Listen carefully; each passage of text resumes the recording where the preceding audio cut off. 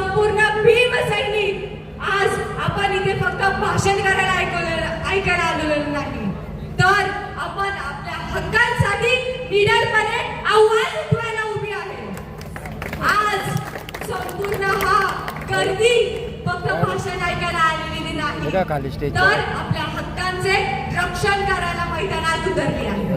आज उपवर्गीकरणाच्या नावाखाली आपल्या एकजुटीत फूट पाडण्याचा साथ आहे, पण कान उघडे करू नये का. जेव्हा समाजातील घटकावर अन्याय होतो तो केवळ एका पुरता मर्यादित नसतो, तर तो संपूर्ण समाजावर झालेला आहे.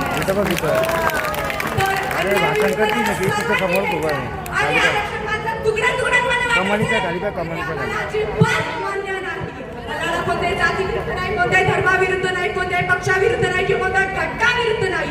हा लढाई आपल्या हक्कांसाठी, हा लढाई आपल्या सन्मानासाठी, हा लढाई संविधानासाठी, हा लढाई संविधानाच्या मूल्यांचे रक्षण करते.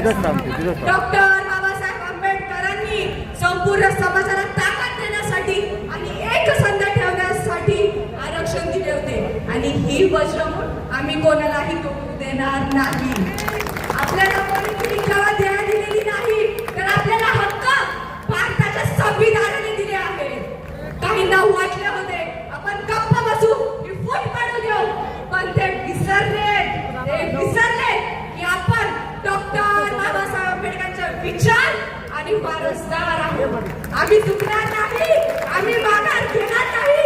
आज एकच घटना झाली पाहिजे, तो आवाज थेट शासनापर्यंत पोहोचला पाहिजे. उपवर्गीकरण रद्द झालेच पाहिजे.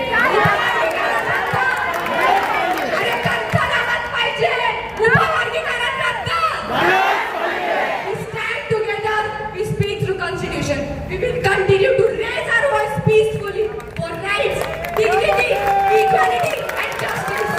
Rights are not given in clubs. Rights are taken as whole. We will not accept these broken pieces.